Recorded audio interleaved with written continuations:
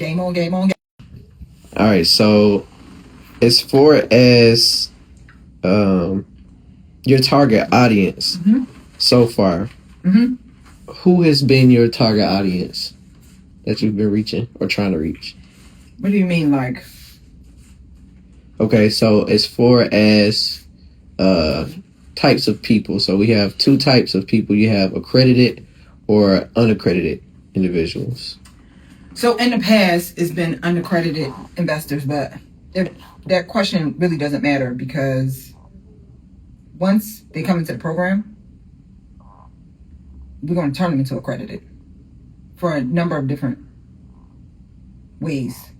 Also, there are some loopholes where unaccredited investors can do accredited investor things. And we're going to show them. But it really doesn't matter. And when you come in the program, I'm going to turn you into an accredited investor. I didn't even know what accredited and non-accredited meant prior to having that conversation with you the other day. So could you just elaborate on that? So accredited investor is someone that the government basically says you're sophisticated enough to make certain investments. The requirement is that you make $200,000 per year, every year, for the last 3 years and have a reasonable expectation that you're going to make it the next year. Or your net worth is $1 million or more, excluding your primary residence. Or if you're a couple, then it has to be $300,000 or more.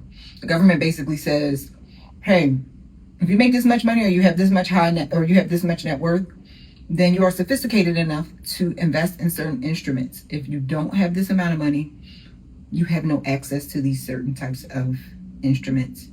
Therefore, you can't play a certain game that only wealthy people can play. So go ahead. I'm sorry. So essentially you're saying through the systems that you're creating, you can turn those unaccredited people into accredited people and give them access to investments that typically only wealthy people have. Keep in mind, I'm not trying to turn people into dumb accredited investors.